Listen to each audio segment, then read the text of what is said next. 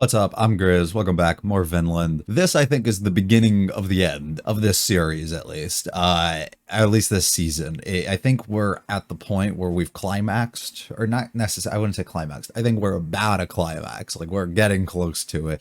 So I think this is, like, the beginning, the new stage of what's about to begin, with Arnid and Gardar running away, and with Snake losing it and just snapping and out for blood at this point, and then the others are coming back, and Knut's gonna be coming probably at some point, or at least his army will. It seems like everything's gonna start to connect from here on out. So this is like the start of it, I think, right here. And I think it's gonna be a wild ride, hopefully, for the next 8 or so episodes. And I absolutely cannot wait to see how this gets pulled off and exactly what happens. If you like it all, hit the like and subscribe. Do mean a lot to me. Feel free to stick around for the discussion. Leave any comments about this episode, the series in general. I recommend anything else that you might want to see me watch at some other point. Let's go on though. Episode 16. I am really wondering where they went. If they went just somewhere on the farm and she's gonna act like it wasn't her and she doesn't know where he went, or if they just ran away together and they're not on this farm and this land anymore. Like, what exactly happened? It's all down here, hill from here, boys. We must go find them. They don't know that she went. That's alright, that's alright.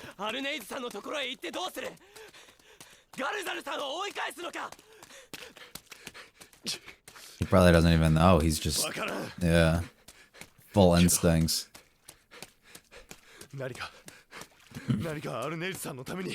Bro just wants to help out so much.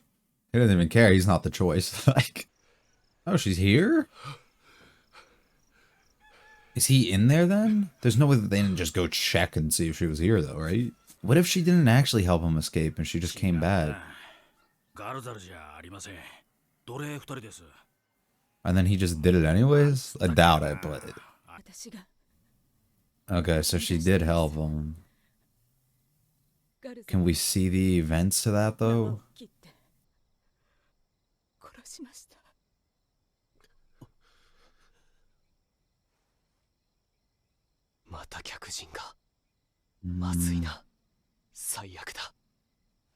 Exact opposite of what you want, dude.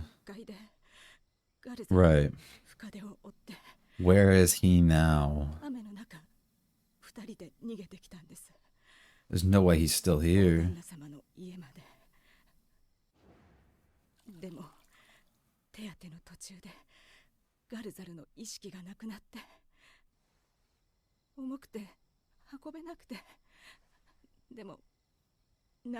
Is he still here?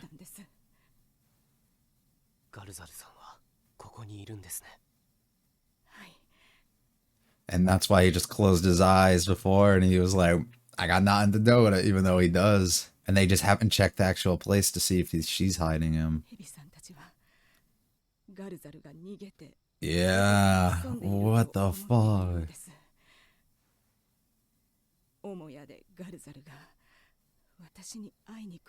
But he's already at the house. Ugh, how are you gonna tend to him though, like with them constantly on watch?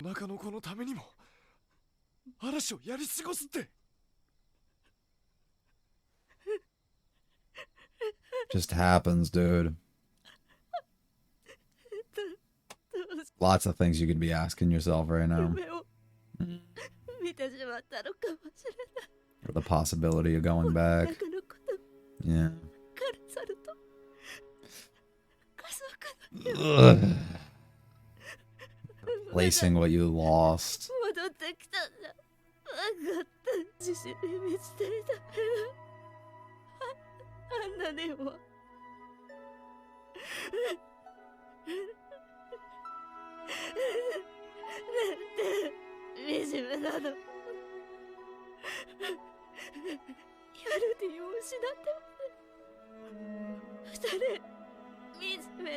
Mm-hmm. Wow.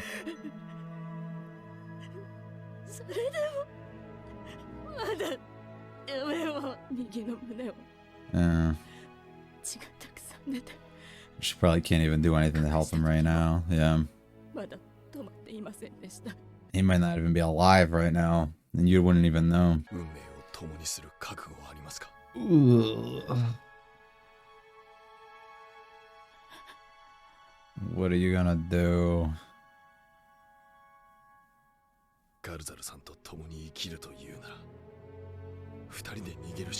And we're gonna have to figure out how to make that happen. Be prepared for every challenge that comes up to it. It's your choice. And you're such a good dude. Such a good dude. Are you on board? It's the only one. Wow. You know what road lies ahead in that situation, dude. That's what means a lot. We're on guard, dude. You gotta stay up. They're gone. They're using her to stay outside as bait, assuming he's gonna come back.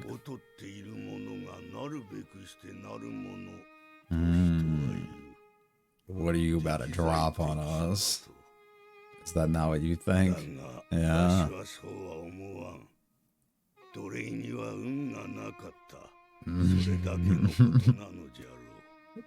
I love Sparkle so much.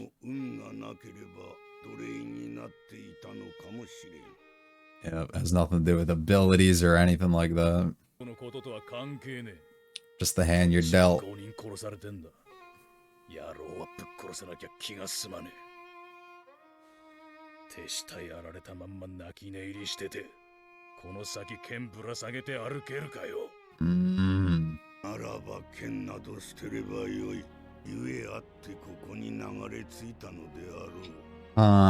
Was he one at 1.2?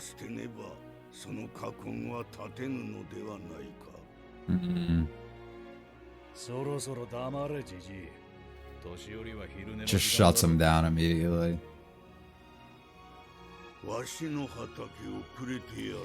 I'll give you everything of mine. Yeah.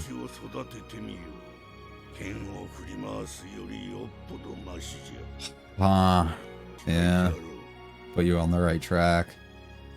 Violence isn't necessary.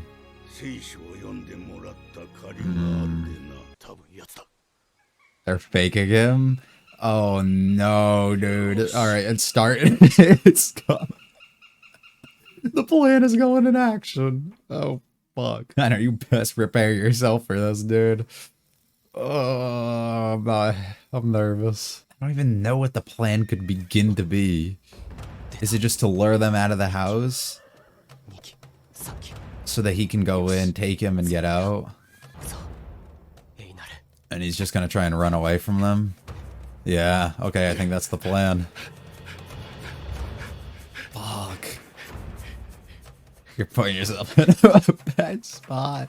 So you gotta get in, get Gardar out, and I don't know what you do in that situation.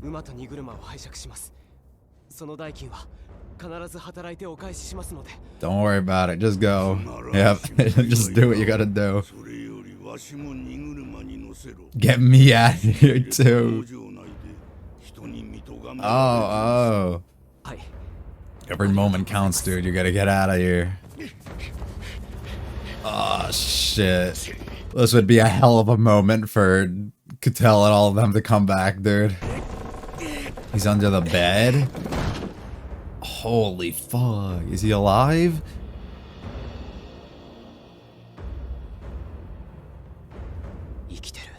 Okay. It's a big dude. Can you carry him?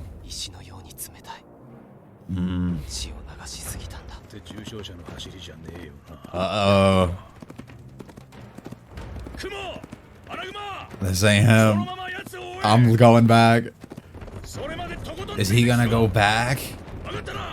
Yeah, he caught on, dude. He caught on. Oh, fuck. They gotta get going, dude. One last thrill for the old man. Oh, fuck. I hope we can at least get on the move before Snake comes back, not while we're loading him. Is there? Uh-oh. No, he's back now, for sure. Oh, fuck. Yo. Here we go. Oh, fuck. No, dude. Alright, this is it. You have a decision to make. He left them on purpose. You have a decision to make here. You can't get away without violence here. Fuck. What are you gonna do, dude? This vow you've made for 3+ years. Are you gonna go against that here? You're gonna use your words? You think that's gonna calm him down? I'm here to take the life I want, and if you're in the way, you're included. Yep. Going through you. This is it. Everything you've worked towards for 16 episodes all comes down to this. I won't kill, I'll just...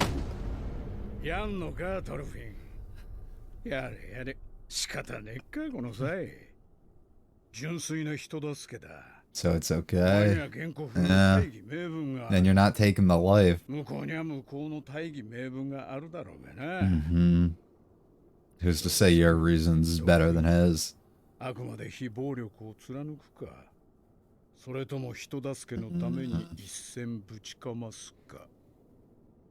This is exactly what I was bringing up last episode. What path leads to becoming what you want? Not just a true warrior, but what you strive for. What would you do? Your loved ones on the line, you have to protect people. What would you do? He has to, right? I think he knows that. Yeah.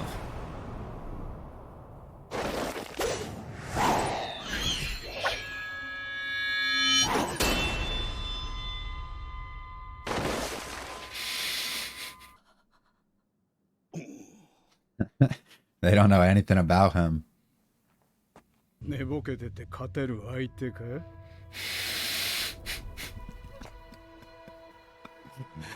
You have to awaken. Looks like he's about to do some fucking magic or something.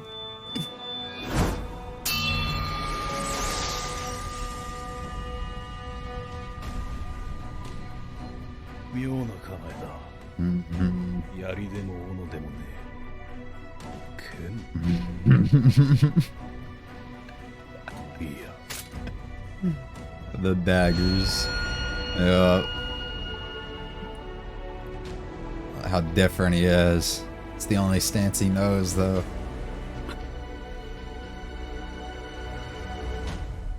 I don't know what it was, but the moment Clyde showed up and just started talking to Thorfinn, and Thorfinn started kind of just thinking things through, and the idea of if it's okay for him to really fight and what he can do started hitting me a little bit, started making me feel a little emotional. And I think it's just so beautiful for this to be the case for what has transpired this season and this episode, and everything Thorfinn's kind of worked himself towards and understanding and getting over and moving on from in these last 15, 16 episodes now, all basically comes up to this moment and the understanding of if it's okay to fight, if it's okay to do it, if it's for protecting others. Well, he doesn't necessarily have to take the life of somebody here. He does have to do things that aren't considered to be, I guess, the greatest thing.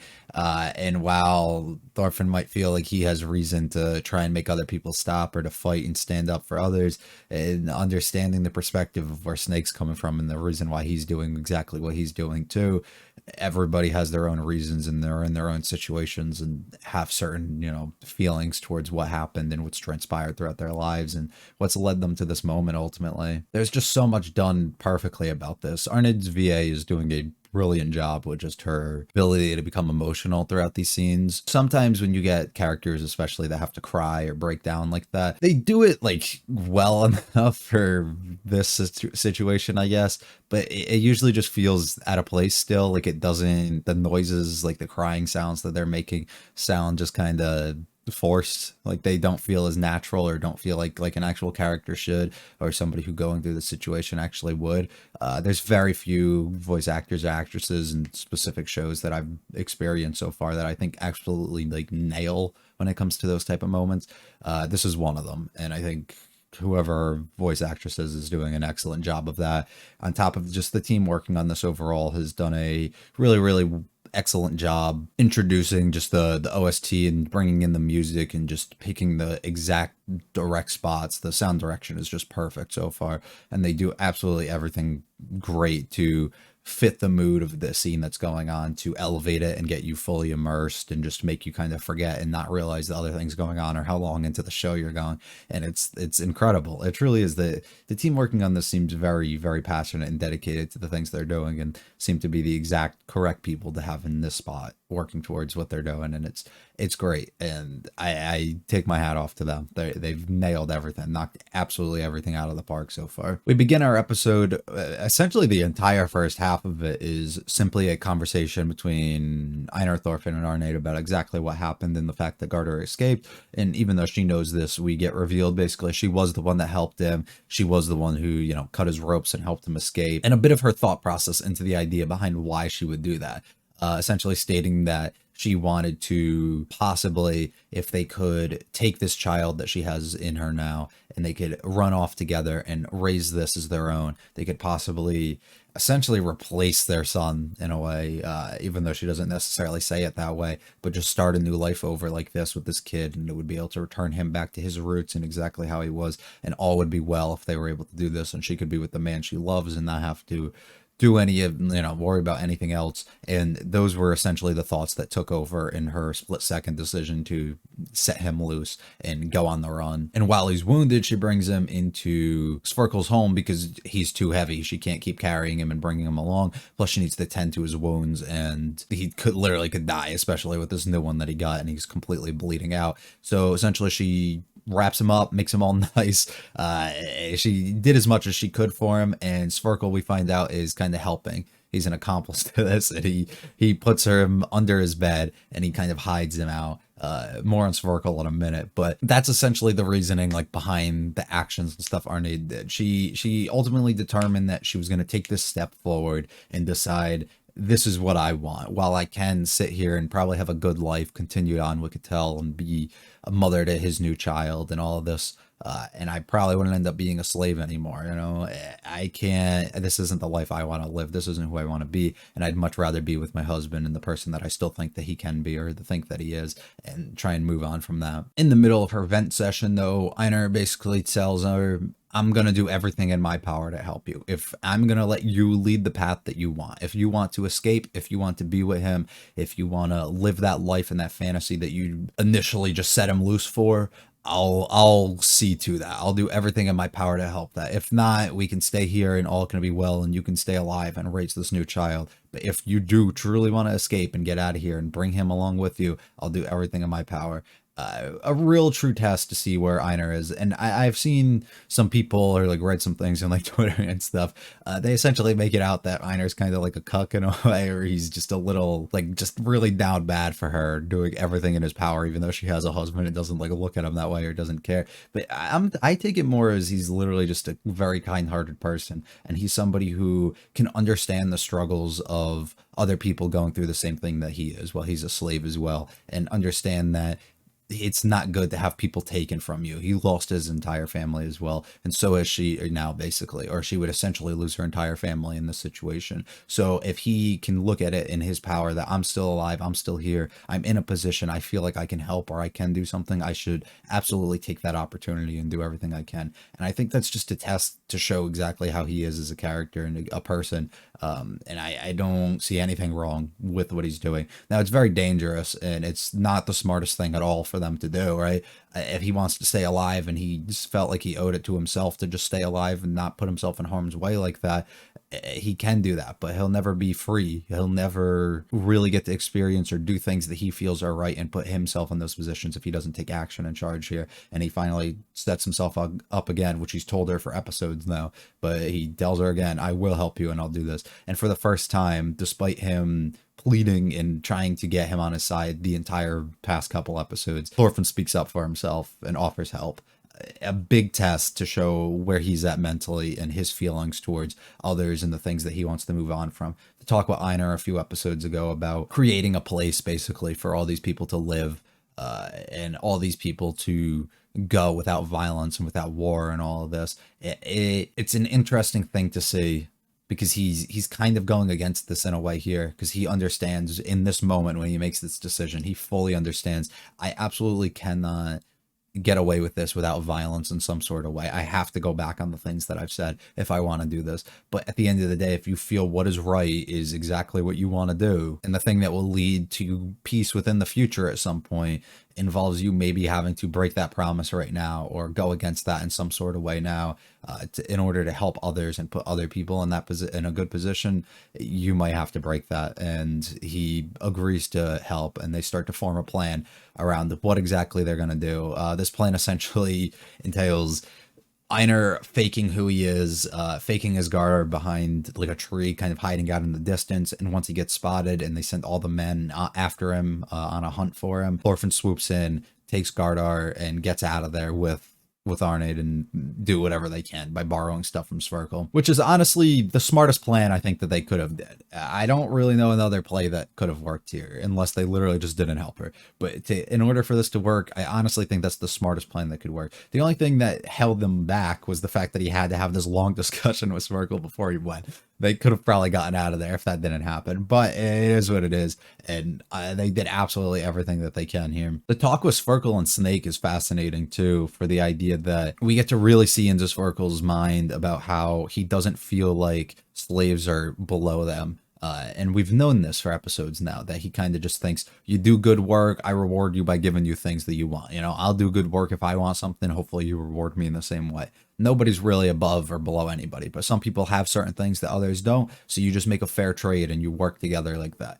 It's very simple. There's a reason he doesn't own slaves. There's a reason why he has this small house and this land to himself, and he does enough that he feels like he can protect himself and the people around him. He doesn't have all this stuff like his son ended up doing, and that's why he has such an issue with exactly the way that his son's gone and taken about like this power and this wealth that he now has, and that's why they don't see eye to eye. And he tries to express that to Snake about how he doesn't feel this way, that he feels that the people who are slaves were just unlucky and got put into a bad situation, and literally either of them could have been like that at some point if they were dealt the wrong hand, but they were lucky enough that they weren't, and they were lucky enough to be in the situations that they are. And he points out to Snake about how, look at you, you're on this farm, you're out here, you have to kill things and protect things and use your sword in order to make a living and, you know, be free the way that you are. But you wouldn't have been here probably if you had the choice to. You're here for a reason too. Not necessarily saying that he was a slave or that he is one now or anything, but he is in a way. He's employed by somebody else. He doesn't have free reign over the things that he wants to do,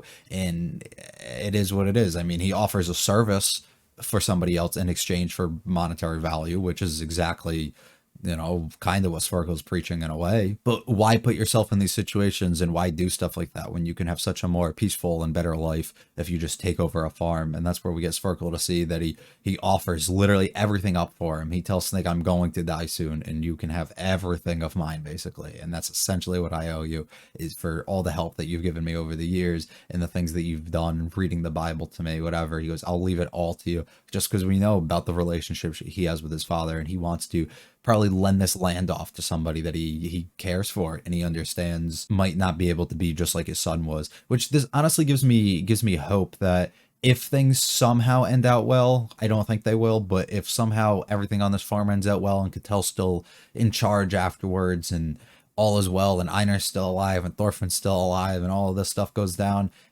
I don't see a reason why Sverkel might not just end up offering this land off to Thorfinn and all of them. I feel like that's a very strong possibility as well, where Snake doesn't take it, or Thorfinn unfortunately has to kill off Snake or do something, and Sverkel just gives his stuff to Thorfinn instead. And this is the start. This is where he can start building things, and this is where he can start, you know, farming and doing all of this that he wants to do to create this new life and a place for all the souls and stuff that he has to carry for them to rest. I think that would be really interesting to see him go down that route. Well, I don't necessarily think that might happen, but it would be really cool to see something like that occur. But I do like Sverkel's just mindset behind everything and the way that he is as a person. He's so good. Every time he's on screen, I feel like he's dropping some gems for us to pay attention and listen to. We see this plan get put into motion. All's working perfectly. All the men leave and decide to go out and chase after Einar. Thorfinn then comes in. He swoops in to get Gardar, and Sverkel asks to be taken with them. He feels it'd be easier for them to escape if he's the one on board and he's the one who can kind of just be like, oh, this is, I'm just taking the horse or I'm taking them to go do something, and nobody's going to really question them and they can get by and he can get them out of here a lot quicker. He's somebody who's literally on everyone's side. This is where something like, I think forming relationships and alliances and stuff with people really ended up becoming such a very strong and important thing. We see the good relationship that Thorfinn and Einar are able to develop with Sverkel throughout the entirety of the series, and this is paying off now by him offering a hand throughout all these things. It also just shows the nature of him as a person, but it also just shows you exactly how important this stuff is. The being on Arne's good side, being on Snake's good side for a majority of the series as well, ultimately leads to him not having issue at the beginning when you're trying to talk to Arne and trying to get you to go away from her when they're trying to use her as bait, right? And he openly just lets you have free reign kind of because you have this. So because you were so kind and so good to these people and not, evil in any sort of way, and you were able to form relationships with them, you're able to create this bond that allows good things to kind of come in return for you when you need to take action and you need other people to rely on here. And it's really cool to see all that kind of coming together as one. Well, in the chase for Gardar, the fake Gardar that is, Snake begins to notice that he's kind of moving a little too well for a man who's completely injured, as far as they're aware, and it doesn't make much sense. And as he begins to grow some suspicion in a way, he immediately backs off and he tells his other men just to continue after him to verify who it is, basically. But he goes back as he thinks that there might be some sort of play going on. Very smart and very aware of what possibly could be going on. He ends up ditching his horse halfway through at some point and just runs up to Svarkel's home.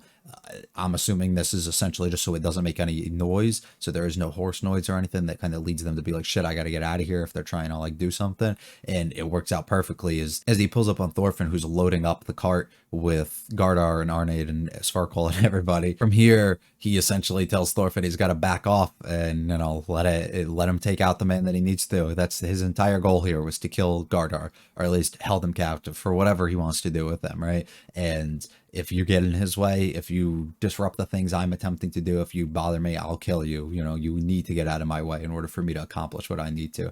And from this point on, you have a threat placed on you, basically. You have somebody with intentions to kill you at this point, because you have no intentions of backing up and giving up on the things that you stand so strong for. So what exactly do you do in that situation? Completely relevant to the conversation we had about Vinland and creating this peaceful world and place with Einar last episode. What do you do if a group of people pull up on your farm and come to raid you? What exactly do you do in that situation? Are you going to sit there and just let them take what they want and then rebuild? Are you going to stand up and fight for what you think is right? Are you going to get violent with them? What exactly are you going to do? And this route of being a pacifist and everything that Thorfinn's taken over the past few years fully comes to the test here. What exactly is the route to go? And when you're completely lost and you have nowhere to understand and nowhere to know exactly what the right route for you to take is, we see a little ghost appear for you of Askeladd, the guiding voice for you your entire life, essentially. Kind of just leads you in that direction of what should I do? Where should I go? And he kind of just tells you what path will lead you to become a true warrior in your mind. If we're using true warrior as the word for peace, essentially here, what will lead you to your dreams and your destination and your goals? What path is correct for you here? Does that involve you going against and breaking this vow that you've made to yourself? Does that involve you just standing aside and letting him do what he has to do because you refuse to break this? Like, how strongly does this run within you? What is the right route for you to take? And Thorfinn has to basically assess this and decide exactly what he thinks is right. And as Askeladd puts it, I know you're a pacifist and all, but sometimes you just got to stand up for things that you need to protect, right? You need to protect yourself in a way. You need to protect the people around you and that you care about. Sometimes you have no choice. You just got to fight. And this is one of those situations. You're not fighting for blood. You're not fighting to kill them. I think he's essentially fighting to send a message to Snake, a way to back up, please, leave me alone, leave these people alone, let them do what they want. And this is a situation too, where he has to understand he's in a position where he feels he's doing what's right. He's in the position that he feels he's leading himself to what exactly he wants and what he feels is the correct thing moving forward in order for him to obtain the things he wants and find peace. But at the same exact time, Snake's doing exactly the same thing. Snake feels he can't sleep at night with his men that that have been killed, and knowing that he's lost all these people and that he's the one who's supposed to look out for them and protect everybody else. And he's the one who, it's his job essentially to ensure people are safe and, not let other people run up on their farm and take things and send down discipline on all of them, and it's his job to do this. And he holds this weight a part of him, and he needs to make this final decision of what exactly he needs to do. And he views that for taking the lives of all these other people and causing these issues and all of this stuff, Gardar needs to be killed, basically. That's the only way for him to kind of get over and feel like he's accomplished what he needs to and done his own job. That's the only way that Snake can kind of move on and put himself at peace. So you have two people at war with each other, essentially over lack of understanding of each other and where each other are coming from. But it's not even that, because they probably do each understand exactly where the other's coming from. It's more of just standing up for the things you feel are right and doing exactly what you feel is right. And we fully see that as Thorfinn embraces this, and he takes a fighting stance, the exact same stance that he would before. It's not the stance of somebody with a sword or an axe or anything like that, but he's holding it as if he still has his two daggers with him, and he's in his fighting stance in his position, and he takes it, and it's so cool and beautiful to see. It's something that, despite him not being involved in this for years, it's something that's so natural to him, and it's a position that's not easy for him to take, but he makes it look so easy. It's just kind of in him at this point, and he's done it so many times. But this might be the first time that he's really been into a fight where he doesn't have intention to kill. This might be the first time where he really is just fighting to kind of get what he wants. We've seen him fight Askeladd before, but I'm still one of those people under the impression that he never actually fought Askeladd with the intention of killing, as Askeladd never fought Thorfinn with the intention of finishing him either. They each kind of just told himself that in a way, or at least Thorfinn told himself that that's what he was doing. But I don't think he ever actually was going to kill him if he was ever put in that position, because of how much he meant to him. I mean, you saw exactly how he felt when he saw him dying right in front of him, and how much he means to him by all these times he's coming up in his flashbacks. I mean, he comes up more than his own father does. Like, he's very, very important into his life, and he means a lot, and he's really set him on that right path, and he essentially raised him. But it was just awesome to see him take this stance and get a slight glimpse into what exactly was going on in the fight that's about to occur between the two of them. And I absolutely cannot wait to see how this goes down and what exactly happens between them. Moving forward to next week, I'm assuming Einar gets caught and they're probably not going to do anything to him. I'm assuming we fight Snake. I mean, I'm going to guess Thorfinn ends up winning this somehow, but it's going to be a big test for him, I'm guessing, as he has to decide probably in certain crucial moments of this fight if he's just intending to put a stop to Snake and put himself in a position that he can let the others free and get them gone, or if he actually has to kill off Snake, if he has to do something like that. I don't know. I don't think he will, but I think that's something that's going to be important. I said during the episode, I believe, but I strongly believe that as we're getting to like a border of the island or a border of like wherever we have to go, we're going to end up running into Cattell and all of them and Leaf and all of them arriving back. And he's going to have to be faced with an idea of, you know, him talking to Arnheid and all of them and being like, and Sparkle and being like, what the fuck are you doing? And letting them go. Or like, you know how important she is to me and all of this, and just seeing what exactly happens. I don't think Gardard's going to get out alive. I really don't. I think he's going to end up dying throughout this journey at some point. And then Arnheid's going to be faced with, do I leave and take care of this kid by myself, or do I just stay here now that he's gone, type of thing. I think something like that might end up happening, but I have no idea how this is really going to go. And we still got to look out for Canute and his army if they're going to show up, and everything that's going on between all of them. So we have a lot of moving parts still, and I'm fascinated to see how they're going to handle that still. I was expecting, honestly, by the end of this episode, we were going to end up getting that, but we didn't. So we might still be a couple episodes off for all I know, but very excited to see how that gets handled. And I also just want to see a little more into the mind and the thought process of Thorfinn and exactly where he's at with having to break this vow of his and having to move away from being completely peaceful with everything that he does. I'm assuming some of that will come throughout the fight and some of it will come after the fight that he ends up having with Snake. But I am curious as well of what happens later. Does he fight more people? Is Snake the only person that he's going to end up having to have an altercation with, or does he have to understand in order for him to protect Arnheid and protect the things that he feels are right, is he going to have to fight a whole bunch of other people that are going to come, or is he just going to kind of only need to do this and just do the things that he feels are essential? I don't know. Excited to see where this goes, though, but that's going to be all from me. Let me know what you thought about this episode. Leave any comments about this or the series in general. You can follow me on Twitter and my anime list. Both links are in the description. Check out the other videos on the channel. Recommend me anything you might want to see me watch at some other point, and I will be back next week for episode 17. You have a good one. See ya.